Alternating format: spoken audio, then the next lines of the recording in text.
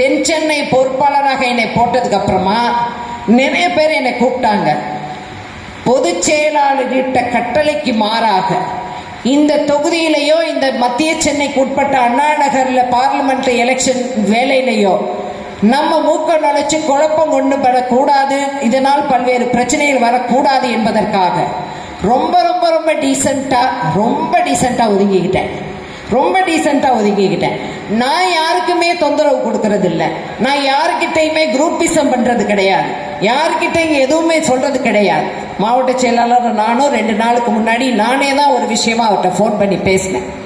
அப்போ கூட சொல்லியிருக்கலாம், அண்ணன் 6 மணிக்கு நாங்கள் வர சொல்லியிருக்கோம், நீங்கள் அந்த டைமுக்கு வந்துடுங்க. நாங்கள் கேட்பது ஒரு அடிப்படை மரியாதை. அடிப்படையில் எங்களுக்கு இந்த தொகுதியில் நாய் மாதிரி சுத்திக்கிட்டு வரக்கூடிய ஒரு நிலையில கட்சிக்கு கட்டுப்பட்டவர்கள் எங்களை பார்த்தால், எங்களிடம் பேசினால், எங்கள் பெயர் நோட்டீஸிலே போட்டால் பதவி போய்விடும் என்று நிறைய பேர் சொல்லக்கூடிய நிலைகள் மாறி நீங்க நல்ல பல்லாண்டு பல்வேறு ஆண்டுகள் வாழ்ந்து இன்னும் இந்த பதவியில் இருந்து சிறப்பாக இருக்க வேண்டும் என்பதுதான் என்னுடைய வாழ்த்து.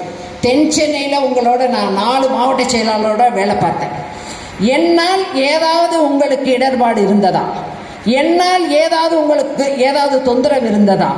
உங்களோடு உங்களாகவே நான் பணியாற்றினேன். அப்படிப்பட்ட எங்களை போன்றவர்கள்